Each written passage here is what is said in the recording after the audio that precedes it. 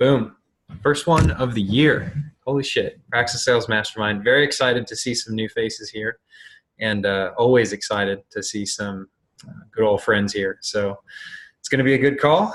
And yeah, for those of you who are new, the overall purpose of these really is to just help you guys solve problems. So it doesn't matter if you don't have like an established sales career.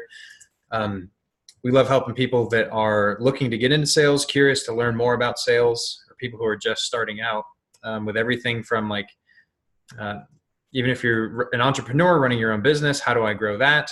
What kind of cold calling advice, email advice, copywriting advice, you name it. So everything is welcome here. You are all welcome here.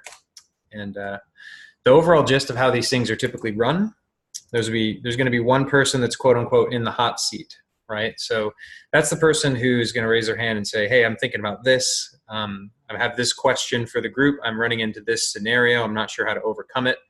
And then we all step in, and the collective genius of not one, but several brains comes in and tackles the problem that you're going after. And together we come up with better solutions than any of us could on our own. So it's a pretty cool thing. That's the point of a mastermind. And with that, I will kick it off to anyone who would like to open with any kind of question. Actually, scratch that. I would love to hear from the three people, what kind of got you into sales or interested in sales, those of you who are new. So Sophia, Mark, and Michael. I'd rather hear from you first. Okay, I'll go first. Right on. Can you hear me? Yeah. Okay. Yeah, I'm trying as many aspects of business as possible, and particularly marketing, but I feel like you need to know every aspect. So to understand marketing, you have to understand, how salesmen are going to sell things, and how they're going to market it in their own way. So that's important.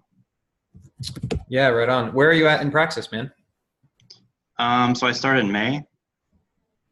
Okay, so you've got a ways to go. So you're breathing, what's it called? Drinking from the fire hose before you even start. Yeah. Right on. That's cool. All right. Go ahead. So today's the first day of Praxis. We had our opening seminar the last 3 hours almost. And let's see. Oh, sales. Because it's sales and marketing are two fields that I've always kind of had an interest in. I've heard I'd probably be good at sales the majority of my life, and I figured we're here. I'm here. Might as well learn as much as I can. So let's go. Fuck yeah. Yeah, I've worked a little bit in sales, and I was really impressed by how there are so much like misconceptions and the feeling overall of how at first you're so afraid, but how quickly you learn and grow from it, and just the idea of how powerful the connections and communication really is. Because there's those people that are like, what, you're in sales, and they're like really kind of like almost giving you that like disappointed thing, like, why would you be in that, like, but over and then there's those people who are like, huh, interesting, like I wouldn't ever, like, tell me more, like I wouldn't ever imagine that. And then whenever you are like trying to talk to your connections, and like, for example, like I was selling a product that I really liked, that has been in my family for years, and it's like amazing, and some people like don't want to talk to you at all, and then others are like, I don't know, more open, and you kind of like get to know people more, even because you start with like your close connections, or I did. It's more from like your close connections, and then from their connections, and it's network connecting. So it was very interesting to find out, like, even closer into people, and just the idea of like the growth and everything in it. It's very, it's powerful, and I like it. Yeah, and correct me if I'm wrong, but the product you're talking about is CutCo knives, right? Yes. Yeah. Yeah, that's awesome. CutCo. Nice. It's the best. Love CutCo. If you guys need it, come to me. I got hired by, one of the reasons I'm also here is because I've had two somewhat sales jobs before. I was hired by CutCo a couple years ago, but I didn't actually take it. And then I had a job for about 2 or 3 weeks as a roof salesman for like a roofing company. And that was that was door to door. And it put a really bad taste in my mouth as to like what sales was. And so this is kind of all clearing the air and figuring out what actual real sales are. Should have stayed with CutCo. Should have given it a try. It's really great if you like actually stick with it. And yeah, I mean, I'm in it, and I love it. A lot of people have bad experiences, and it has like a bad rep online, but they're amazing. Like, it's not really. The bad rep online is from people who didn't actually take it, who didn't try it. They're just like sketched out and afraid, and their whole concept of sales really. Like, they say more about it, but we have so much customers, and the customers all love it. And like, we never have a complaint from the customers. It's only those who like, we kind of never gave it a try, who say something bad about it. It's like, okay. Generally how it goes. Yeah, it's funny because I remember in college, when I was still doing college, I shit talked CutCo in one of my calculus classes, and then this guy turned around. And he like had very clearly worked at CutCo at some point, because he was like, "What do you even know about CutCo?" And I was like, "They're an MLM scam, and they sell shitty knives." So ignorant 19. I'm hurt. I love those knives. They're my favorite. Apparently, they're fucking awesome knives. So they're the best knives in the world, and no one has challenged us. Okay, and they're American made. Yeah. No, I fully believe it. I drink all the flavors of CutCo Kool-Aid, which don't involve gouging my throat. So yes, CutCo is good, and it's not an MLM. I've learned from my mistakes. But yeah, that kind of sales is actually, well, Michael, you've experienced this too. Door-to-door sales can be grueling. So if you're going out and you're going out to completely random strangers, that is an entirely different thing from having the psychological separation of actually being on the phone, which in a traditional sales role, that's more often than not the case. It's an inside sales role. So you're on the phone and you're making cold calls. So it's a very different type of model, and it's a very different experience for someone who's first starting out. That's where I started. So I started doing cold calls at a company called Reliant Technology. And I guess technically you could say that I started doing sales when I started my own business when I was still in college. So I was selling precious metals, but I did most of that through Instagram, through Craigslist advertisements. So meeting up with locals and then partnering up with local coin stores and stuff like that. But yeah, kudos to you guys for even trying something that bold. I can't necessarily say that right off day one I would be successful or good at something like that. So it takes cojones. I'm impressed. Didn't last long, but thank you. Yeah. I'm curious to learn what about it necessarily put a bad taste in your mouth, because I feel like there's probably a lot of people who've had a similar experience, and I kind of want to contrast your experience to maybe some of the other people in this call. Okay, so for starters, a lot of the guys, like you get the stereotypical like salesman, like the door-to-door salesman, but a lot of them were just assholes. Like they were very they were pretty. It's not that they were assertive, but they were more so assertive in like a mean or like unnecessarily confrontational way with a lot of like the people you're going door to doors with. They had their methods were not the best. It was basically that, like just the fact that these guys walked around, you'd walk around, you'd hang flyers on all the doors, and then you go around later and like knock on them all and try to get to talk to these people. But just the way that some of the guys, like their lead guys or their people that they like told you to learn from were going about it wasn't anything that I wanted to emulate. So I was kind of peaced out. Yeah, they didn't really care about, all they cared about was like, they didn't really care about the product or the customers. They were trying to make a paycheck, and they didn't really care what they necessarily had to do that. And so a lot of it, they were going through the insurance companies, and due to some law in Florida, the insurance company will buy a roof if it has over, I think 25% damage, which is actually easy to accumulate based off of like hail damage, rain or wind and whatever. But a lot of times they kind of like make stuff up, and they just try winging it, and it was dishonest. That's what it came down to. It was dishonest and abrasive.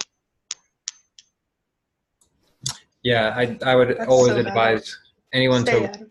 give exactly, Sophia. Run the hell away from any kind of a sales position that requires you to sacrifice your values and be dishonest.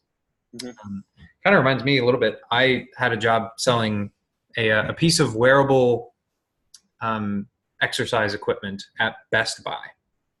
And a lot of people like this particular brand of equipment, but I thought it was a piece of Chinese trash. And so I sucked at selling it. So yeah, that didn't end well. Needless to say, I quit fairly soon. But yeah, once you have actual alignment between the product that you're selling and you feel like you can actually help someone with it, that's when you can have a chance at being successful in sales.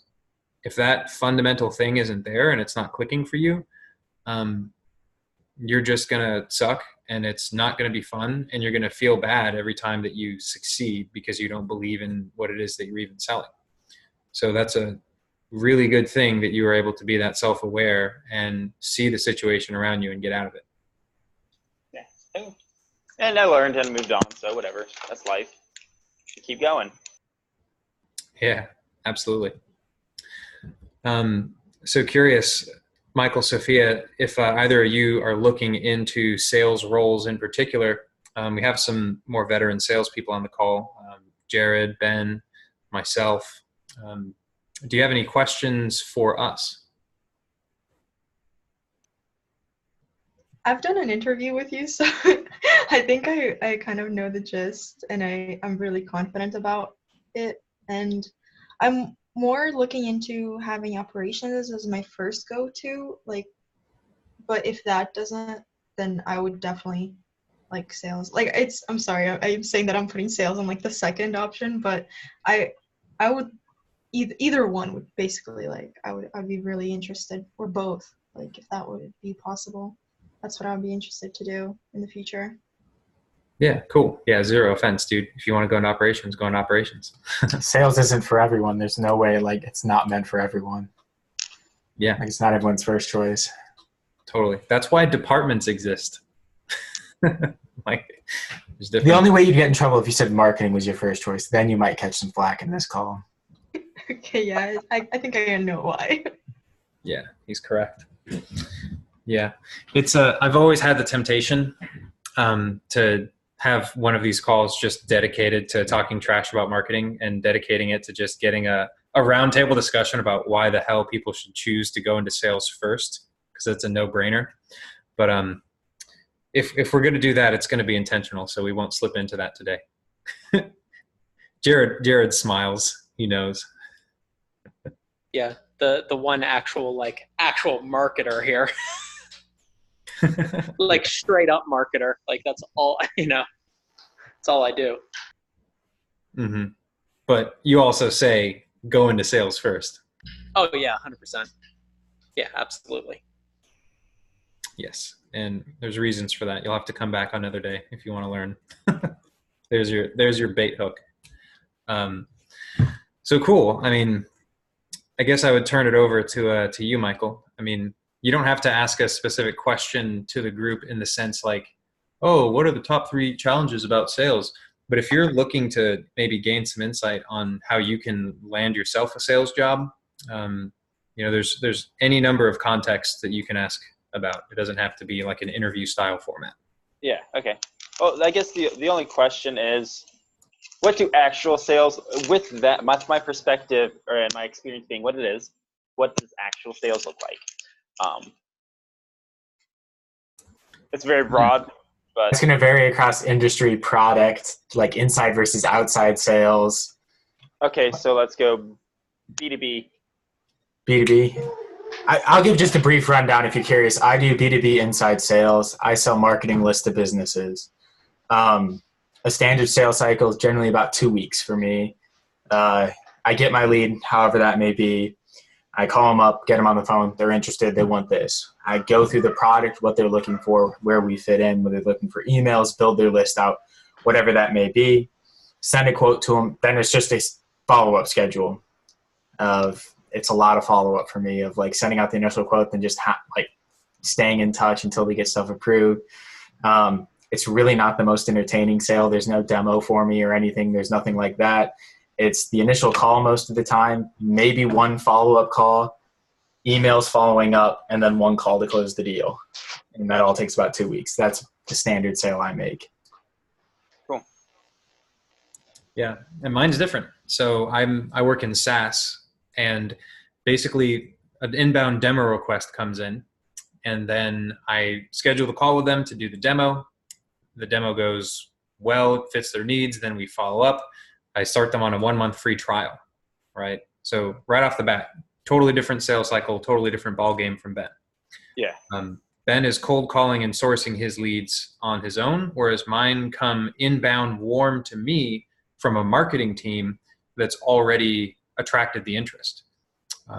So that's one huge difference when you're going into a sales job. You know, are you going to be doing cold calling, or are leads going to be handed to you on a silver platter? And honestly, what I would recommend to anyone that's looking to get into sales for the first time, go to a company where you have to do cold calling and literally hunt for what you kill, because you will be a much stronger, much more deadly, much more persuasive, confident, badass salesperson if you've gone through the hurdles of multiple failures of getting rejected dozens and dozens of times. And once you learn to weather that rejection and you realize that rejection isn't something that's going to harm you in any way, shape, or form, but you can't learn it intellectually, you have to experience it and then survive and then improve and then get over it. That's a superpower that stays with you pretty much for the rest of your life. So I always recommend, start at a place where you have to actually go hunting. But then to continue, fairly straightforward. Once they've completed the free trial, it's following up a few times. They'll usually send some number of questions over. I've started using videos to answer questions about the product. So I'll record like a 30-second video showing them the feature or whatever it is that they're lacking or missing, send that over to them, a few more follow-ups, and then just like Ben said, come up to the end of the trial, you call them up, close the deal. Nice. Right on. I can give the perspective of sales from like selling myself as a freelancer, like as a freelance copywriter. I've built up most of my sales in my client base from both referrals and from going to live events. So totally outside of like cold calling or cold emailing and stuff like that. I'll basically, the way that I've built my whole business is by shelling out money to go to the right events or to make contact with the right people that know my dream clients, or to go to events where my dream clients are going to be. So that's a lot of relationship building, right? Like that's being able to go to an event and talk to people, or being able to ask for referrals from people that you know or that you have connections with. And from a standpoint of like going to an event, there's no real like sales cycle to it, because some people you meet are going to be able to hire you right away, and some people are going to be like, oh, well, we don't have any big projects coming up for a few months. So it's kind of all over the place, but that's part of like what you have to learn. You have to learn how to look for the right person in that type of sales environment, which is all types of sales environment. You have to look for the right prospect. But yeah, so that's like my side of things is, I went to an event, and we talked about this on the call last week, was, I went to an event down in Washington, D.C., and didn't even realize, but I had met the copy chief from this $40 million health publishing company that I now work for and pays me very, very good money to be there. So totally different, avenue of sales that a lot of people don't really think about so much, but it's basically just relationship building and becoming friends with people, and then asking those friends for things, while also, you can't just ask, obviously. You can't just ask people for things all the time. There has to be some sort of like relationship there, whether that's a financial thing, or just like, I'll go out of my way to do a lot of things for the connections that I make. whether it's simply, for example, one of my first mentors, right? His wife is pregnant for the first time, so he's going to be a dad. So I'll commonly like text him or something like that and say like, hey, parenting tip that I just learned yesterday or whatever. Like just adding value into his life for something that's personal to him. So that creates that relationship, that builds that rapport, so that later on, if I want something from him, I can go to him and it doesn't feel like a one-sided ask. It's more of just like a, hey, we're friends, whatever, I'm looking for this. Do you know anybody that fits that? If so, awesome. Would you mind connecting them to me? So that's how I built my business. And that's how I've that's how I never was in the rut of the freelancer that has to take on shit clients for no money. I started out building my client base from referrals, so I automatically commanded more fees, higher fees. So that's what I got. Yeah, it's really cool that sales has infinite different applications. So we just literally answered your question in three pretty radically different ways, right?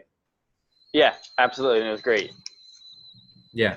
And so that kind of sheds light on why we all here advocate going to sales first. Sales is going to help you become more successful in every single relationship and every single career venue that you pursue for the rest of your life. So Jared's a copywriter now, but he's quickly rising in his career as a copywriter far faster than 90+% of people do because he's got great sales experience.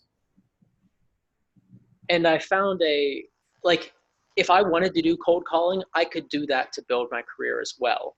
But I think one of the great things about sales and the whole fact that there's so many different applications to it is that you can find what you're good at and you can really lean into it, right? Like I don't want to send cold emails and I don't want to make cold calls. So I get to build my business in a way that I love, which is building relationships with people and making friends. Like that's how I feel comfortable in sales. So it would be detrimental to me if I tried getting myself to do something that I didn't like, that I've done before, not like I didn't give it its fair shake. It wasn't me. This is me. So that's one of the great things about going into sales and having that experience is you can learn what you're really good at and what you like to do. And when you find what you like to do, then your career is easy because things don't become work. Yeah. And the cool thing too is that can actually happen fairly quickly inside of your sales career. Because once you've changed jobs a couple of times, maybe, and you've gotten the feel for, okay, I hate outside sales, door-to-door sales. That sucks. I'm not going to do that. So then you try something along the lines of an inside sales cold calling, and you're in an SDR position because, brand new, that's the entry level. And you go, okay, this is kind of interesting. I like this. But I want to try being an account executive. So you stick there for like a year, and then now you're an account executive and you go, holy shit, I've hit my stride. This is really cool. You might work there for 3 to 5 years and then realize like, man, the direction of the company kind of isn't going where I want it to be. I really love the people here, but I just feel like I could do better for myself.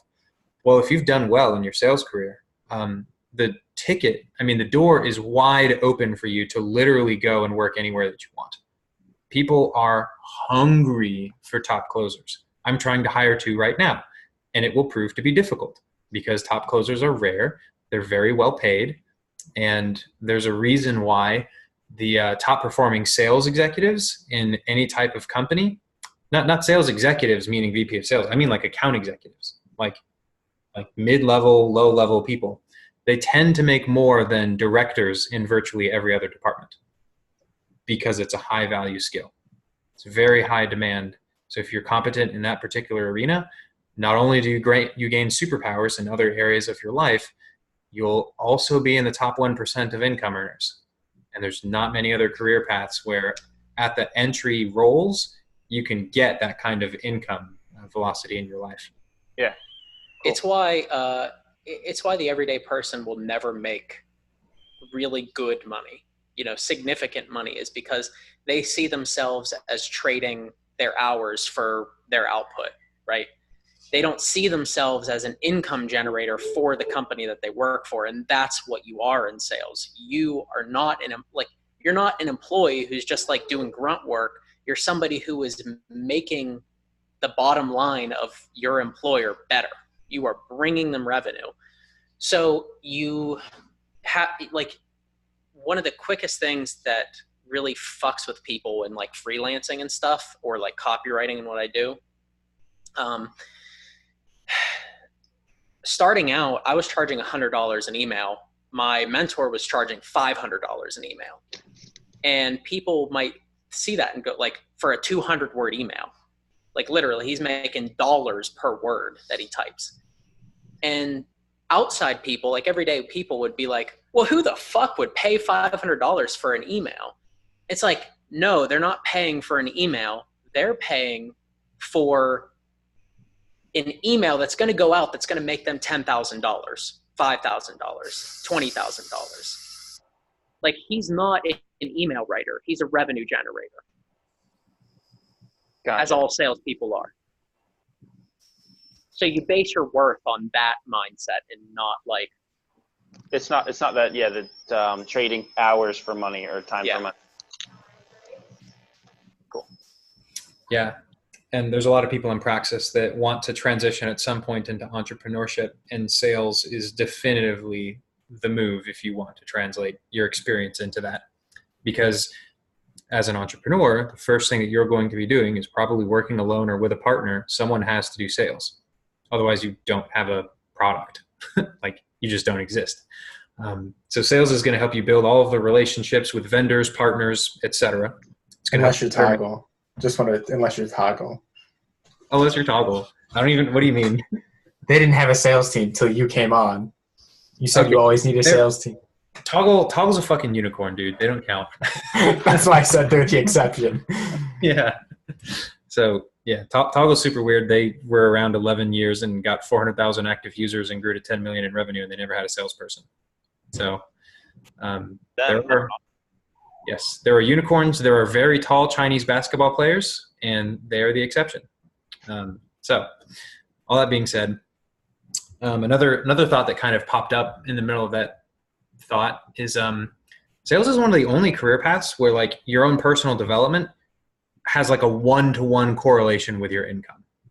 So depending on what kind of habits you have in the morning, you'll have higher energy. You'll have more self-confidence. When you have more self-confidence, you'll sell more.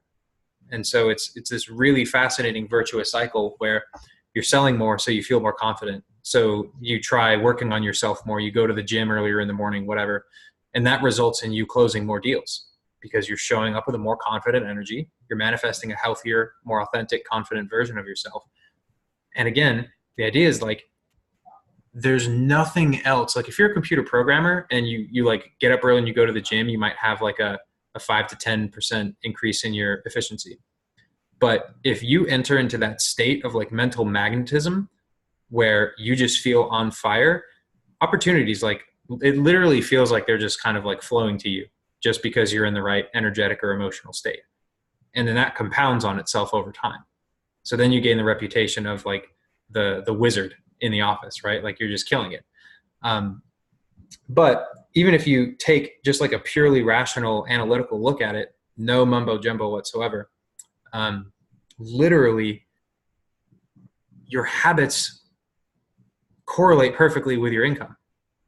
I can't like understate how rare that is. I don't think that there's any other career other than maybe being an entrepreneur where there's as strong of a correlation. So that's another big reason I'm here. Yeah, right on. What does that speak to you, Sophia? It's awesome because it like makes you a better you. It's just the whole idea of, like you said, being the wizard of it all. That's what I really want to be. Kind of, I aspire to just be valuable in anything and everything. So, and I feel like sales and the personal growth and like you've told me before is it correlates with who you are. So like what you do with yourself, like if you read the books, if you go to the gym, go travel, go see the world, that's going to make you a better you too, which in return is going to help you connect with more people. and bring more value and even be a better salesperson. So all of that in itself, it's like you're the person that everybody needs. You're always valuable, and I really want to be valuable anywhere I am. Yeah, it's a really like kind of beautiful and profound thing. So yeah, I love that. I love that description. And travel, yes, that is a factor as well. Anything that makes you better makes you more attractive to other people. Anything that makes you more attractive to other people makes you better at sales. It's like that straightforward. So cool. Silas, I'm going to totally switch gears and put the focus on you, man. I know you're sick, so you could feel free to decline, but I think that you've just started in a new company. Tell us a little bit about what's going on, and if you have any questions or ideas that you'd like to bounce off of us, we're here to help. So ultimately, for my apprenticeship, I decided to stick around with the company I'm at. And this is partially from the advice of one of the masterminds, one of these I was on a few months ago. But also because I really think that of all the opportunities that I had in front of me, I can get the most value out of this one. And I can accomplish the most learning out of all the opportunities that were presented to me. So I am also starting a freelance opportunity along with it, which is part of the reason I stuck with my current job, which is a sales job at a marketing firm. And then this other freelance opportunity I took is I'm the only sales development person at a small SaaS company that's basically just 4 founders who are doing it part-time. Actually, I'm trying to think who. Hope Szymanski was working for them, and then she gave me the lead to work for them. So I will be starting with them on Monday officially. I'll get the rundown on everything. I guess one thing a question I could ask is, so I've never done SaaS sales before, and could somebody who's done some SaaS sales give me a little bit of an idea of how it works to sell a specific product, rather than in my past I've always sold, except for one job, I've always sold solutions to problems. I'd find their problems and I'd create a solution for it. Whereas right now, I know I'll still be solving their problems to a degree, but I only have one product to do it with. I don't have an array of things that I can do. Yeah, and just so that everyone can catch up on that, tell us a bit about the actual product itself. So what it is, it's basically this website service for personal trainers, massage therapists, yoga instructors, those kind of people.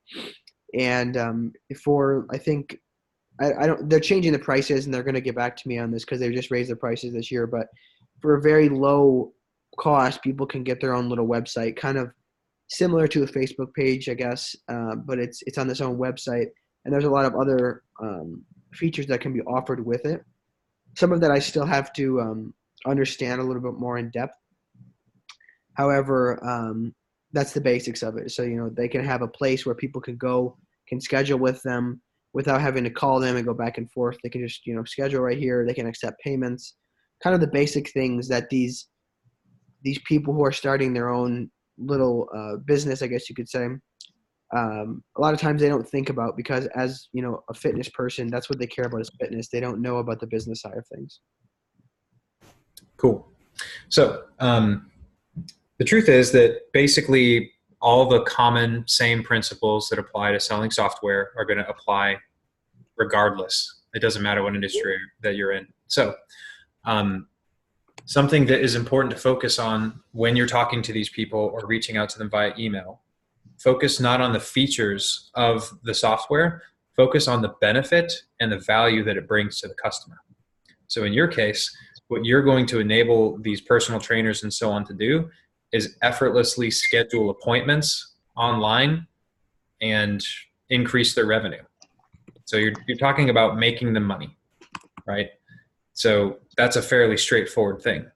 And if there are other benefits from some of the other features that you're going to learn, then you could lump those in too. But honestly, that's probably the core of it, is building their online presence and giving them somewhere where people can just look them up and find them effortlessly, and then schedule appointments with little friction.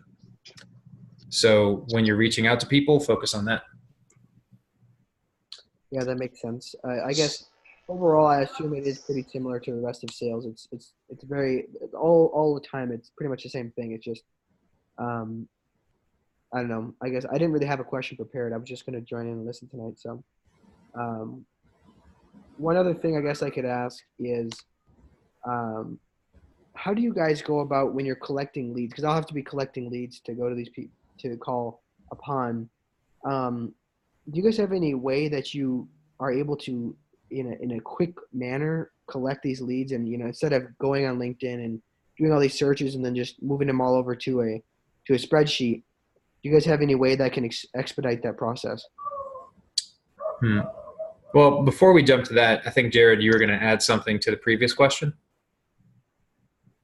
I was just going to, it's not really so pertinent to the question as it is like you were saying the benefits, right? And I just wanted to talk more about like diving deeper into the benefits, right? Because when you sell a service that has very a lot of competition, something like that, there's going to be hundreds of different things that they could use that do what you do. So when you're thinking about like benefits as how you're selling it to these people, what Nick gave was a great like surface level benefit, the frictionless booking. Well, what's the real benefit to that, right? Because your competition is going to figure out the surface benefits. So even by just even talking with the surface benefits, you're not going to sound any different than your competition. So you need to go deeper, right? So what is the benefit to having a website where they can frictionless book? Well, if you're a personal trainer, you are probably in this constant mindset of, oh shit, if I don't answer my phone, I might lose somebody who's looking to hire me. But I can't answer my phone when I'm with a client, right? Because then that's disrespectful to them. I can't do that. So how do I make my life easy? And how do I like not lose customers because I can't answer their calls or whatever? Like, you got to go deeper into the emotional side of the offer, right? As the emotions within their buying decisions. And what it really comes down to in these small business owners' heads are things like that. The fear that they're going to miss an interested customer. So maybe that example isn't perfect to what your offer is, but you just need to keep going deeper and deeper as to what your product, what your software is really giving them. That's all I wanted to say. That makes sense. Yeah. And by the way, your competition is never going to think that deep. Like that's the reason you have to go deeper, is because most people aren't. Yeah, that makes sense. Yes. Can I say a few things that we do with our company, with the CutCo, the way we zone in on that? We build the value higher than the price. So and with competition, we pick up on some of the most known ones, and we like, I guess, compare in front of them and like what makes you like build that need for them and show them the benefit, because the benefits are even better than some of the features, right? So they care more about how does it benefit them. So like go deep into what they're getting out of it, build the need, and then present it to them. Like that's going to solve their issue and problem. It's like if you really focus in on the product and you hone in on, if you know it to the full extent, the detail, then you'll be able to kind of like not put down every other company, but kind of like present yours as the best option for them. I mean, to be honest, I don't think there is any competition in this space that's offering such a service for so cheap. So that's why I'm not too worried about it. I guess I'll definitely be coming back with more questions as this gets rolling, because I'm sure there'll be a few places that I actually have more hard questions to ask. Yeah. One parting piece of advice before you go. When you finally do get someone on the phone who seems just like generally friendly and willing to talk to you, ask as many questions as you can and learn as much about their business as you can. Because by having those kinds of interactions where you're actually learning about like what sucks about not having a website, or what sucks about not being able to schedule appointments on your website, once you can like really dig in and like build that connection and like get real human answers from someone, that conversation, everything that dude says is going to apply to virtually every other call that you make. So always be paying attention. If you can record calls, all the better. There'll be details that you'll forget. So you can go back and you can review those calls at a later time and pick up on some of the nuance and some of the details that you forget. Yeah, that makes sense. I like that. Thank you. Mm-hmm. So cool. Well, what else? Coming up on 43 minutes. We still got 17 to go. Can I ask a question? Please. So how do you differentiate between, say, sales and marketing when you're in an entrepreneurship role, you're trying to start your business? How do you differentiate that? Are they're pretty close, right? I mean, if you're like a 1 or 2 man team. I mean, don't concern yourself with it, I guess. Like, I that's the only real thing that I can say. Is like, don't put undue stress into figuring out what exactly you're doing. Yes, right. Sales and marketing are very similar things, just different outlets. Really, marketing is sales. Building yourself as a salesperson can be marketing. Like, there's a lot of overlap. So really, it's just, what it really comes down to is just understanding the basics of human psychology and learning how to use that in a way that gets people to buy your product. Right. At the end of the day. So, if it's like you and a partner and you're trying to figure out how to like divvy up the work, like who's going to be more sales oriented, who's going to be more marketing oriented, I guess you just got to figure out who has more strength within any given, field. Like, if you can write good copy, then you're probably going to be taking more of the marketing stuff than the sales stuff. But if somebody's good at talking and not so much like the writing side or anything like that, then they're going to be in the sales side. So. Right. Thank you. I appreciate that. Yeah, absolutely. I can give you an example from the company that I work for. Has been around for a long time, and it's the two owners of it have been business partners for 17 years. And this is the first year that they've actually started like building a big team. But before, it's just even up to them having a team of like 15, they were just like, it was clusterfuck. They were just doing anything and everything to make sure that business was growing. Mm-hmm. So you just gotta grind it out, kind of. Exactly. In real world application, it just comes down to getting shit done. Right. Yeah, that makes sense.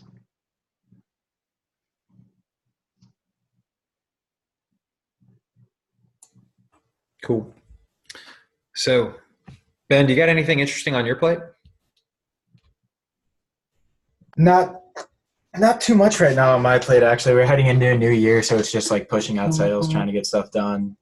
Had a not so great month, not a bad month, just a slow month heading into the end of the year because no one does a lot of marketing scheduling in December. They've either done it in November or they're waiting for budgets to renew, so not that much going on. Yeah. What do you think about the concept of like December is an inherently shitty month for sales? It's not, and it is. So if you can find a company that's trying to dispose of a budget, it can be a great month. If you have your normal clients, it is a bit more of a push, but I don't like the mindset that it's like inherently a shitty month, because then you're just content with a shitty month because it's going to be a shitty month. Like when you go in with that mindset, like kind of like if you go, this movie's going to be terrible, you go watch the movie, yeah, that was terrible. You're just using like confirmation bias to agree with yourself. So I don't like going in with that idea. I think it's a tougher month that you have to work harder in, but I don't think it's guaranteed to be a shitty month. Yeah, that's a good point. That's kind of like two sides of the coin where, all right, so some companies have run out of budget and you're not going to get in touch with them. There's holidays. At the same time, there are other companies that are looking to spend excess budget. So cha-ching. And exactly. You never make the goal that you don't shoot for, kind of thing. Yeah. I think the only thing new that you guys didn't know about that big deal I was working on, it completely fell through after like months of work.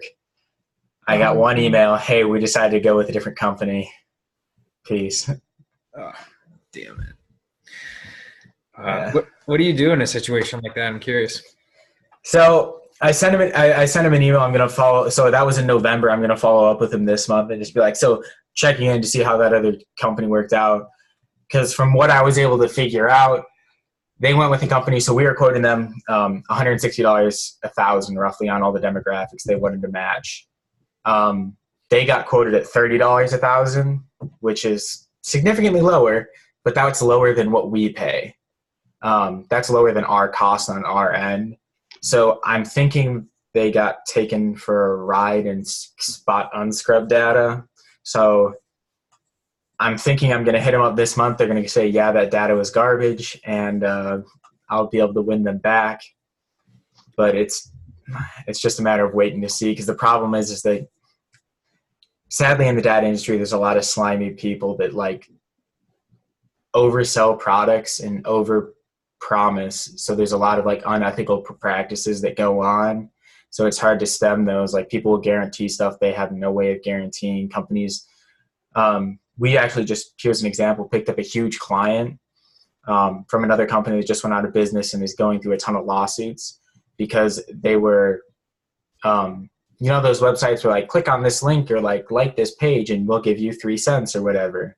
All of that, they were using that to increase their click-through percentages on all of their email campaigns they were sending out for these large corporations like AT&T, Meyer, Target, Walmart. So this marketing company was doing that to like boost their numbers for them, and then they got caught. That's so dumb and short-sighted. It worked for a very long time. Oh my God. The vanity metrics. The what? The vanity metrics, the metrics that don't mean jack shit, like click-through rates and things like that. I'll be honest. So companies that I've noticed, like Meyer and like these large, big brands, that they don't look at the smaller numbers. They look at the vanity numbers a lot because they don't need to see a huge ROI like immediately off the bat. They just like, how many people saw that we're having this sale? Okay, here's 10 grand. Go do that again. Like, they don't really look at the smaller numbers. So yeah, they were able to run that. They literally, so that company's parent company literally refunded 5 years worth of orders. Dude, this is literally the summation of Madison Avenue style marketing. Yeah. You know, going all the way back to the early 1900s, like these big marketing firms can't prove anything. So that's why they come out with this bullshit advertising that doesn't do anything. You know, they work with companies that have millions of dollars that they can piss away, that, you know, get them a catchy jingle or a funny commercial that doesn't actually increase their bottom line at all. While, you know, like direct response marketing companies can come in and build a company fucking tenfold in a year because they track real metrics and not fucking click-through rates and bullshit like that. Yeah. So yeah, like it's no surprise is what I'm getting at. Yeah, no, but they literally sent us like a 10-page legal document of like, we're not going to do this to like increase metrics. Like literally 10 pages of legal jargon basically saying, we're going to sue the ever living hell out of you if you do this. Because basically what the company is, so we supply the data, this marketing company buys it and creates all the marketing campaigns and then sells this to Meyer or whatever. So like they got screwed, like so many people got screwed in this, and it's just like, it's a huge issue in the data world of just companies doing these slimy techniques to try and like boost their company's numbers to make them seem like a more attractive model, or selling unscrubbed data as opposed to scrubbed data, which I'm sure, Jared, you're aware of that and have seen that before. And like, it just won't work. It's really a matter of you get what you pay for. Yeah, it's funny. The company I worked at, Reliant, told this story before. So for about 3 consecutive years, they got all of their emails from a guy named Umar in Pakistan. Like fucking literally. And the crazy thing is it worked. They managed to email blast out, and they'd get dog shit open rates because the emails were bad. So like literally half of all of Salesforce was garbage at the end of this like 3-year short-lived stint. And they made millions of dollars off of emailing trash. But then, unfortunately, firewall appliances caught up to email spam, and they were banned at the hardware level by everyone who has a Barracuda firewall in their data center, which turns out to be like 15% of data centers. A lot of people. Yes. So they got blacklisted and put on spam lists. And then the open rates, which were already bad, got cut in half. So long story short, don't spam people. It doesn't work, and it will destroy your domain's reputation. And oh my God, Google's algorithms are getting so insane nowadays with their deliverability. Like we see it, I see it like metric wise every week, like how insane, you know, we're obviously selling stuff in our emails, and Google is just fucking ban hammer shit for no reason at all. Like you wouldn't even know why, but it's just constantly. Gmail is so quick to ban, like. Oh yeah. And it's funny because like I'll get clients that like other people have sold that don't work there anymore or whatnot, or they're like yeah, we know what we're doing, we do this all the time. Then they call me and we can like, yeah, we send it out through our company Outlook, and now we can't send any emails out. Like, what the hell is this email list? Yeah, you can't send marketing emails through your personal domain. Like, this isn't news. Like, God. Or in MailChimp blocks them because they tried to send 50,000 emails out through MailChimp. That's a great one. No, you can't do that. These people who do no research and they just think like, oh, it's 1998, so I buy a list of emails and then I just send and I make money, right? Let's bring this back to actual sales, because sure. I think we can come full circle with this because we tangented hard. Yeah, cool. Tactical shit will work temporarily. Tactical shit like getting somebody in Pakistan to give you a list of scrubbed emails will work for a little bit until the market becomes aware of it, until, you know, Google becomes aware of it and Yahoo becomes aware of it. That's why it's so important to just understand the fundamentals of sales and marketing, is because when you understand the fundamentals and the principles, you don't have to rely on the tactics. So there, I'll bring that full circle. Yeah, beautiful segue there, and fully agree.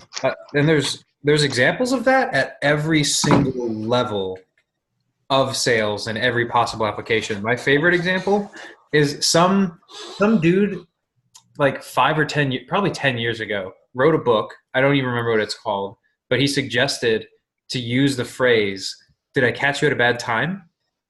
Because the logic behind that is like, oh, it's something that you would ask a friend. It's something that, you know, it's like very polite. It also gives them the opportunity to tell you if they're genuinely busy. So then like a very small percentage of people read that book and then started applying it. And it worked super well. People were very receptive to it. People had better phone conversations, et cetera, et cetera. But in 2019, every single salesperson is trained to say, "Did I catch you at a bad time?" So now that phrase, if you hear the word, yeah, you don't? No, because to me, like it's like basically saying, "Hey, I'm calling to sell you something." It's the equivalent of that now, because everyone knows that line. Like, "Did I catch you at a bad time?" Yeah, you did. And there's no coming back from that, because you opened yourself. Like once they say, what are you going to do? Well, let me just steal a second. Like you've cornered yourself from the start of the call. Yeah, that's exactly. Did I catch you at a bad time? Yes. Well, I'm going to make it even worse. Yeah.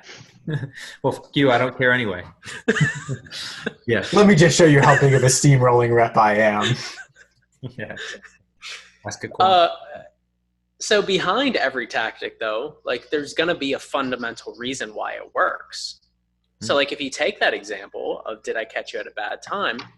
right? The fundamental reason that it worked is because A, it's colloquial, right? So it's showing relationship, just as you and me are as friends would talk to each other.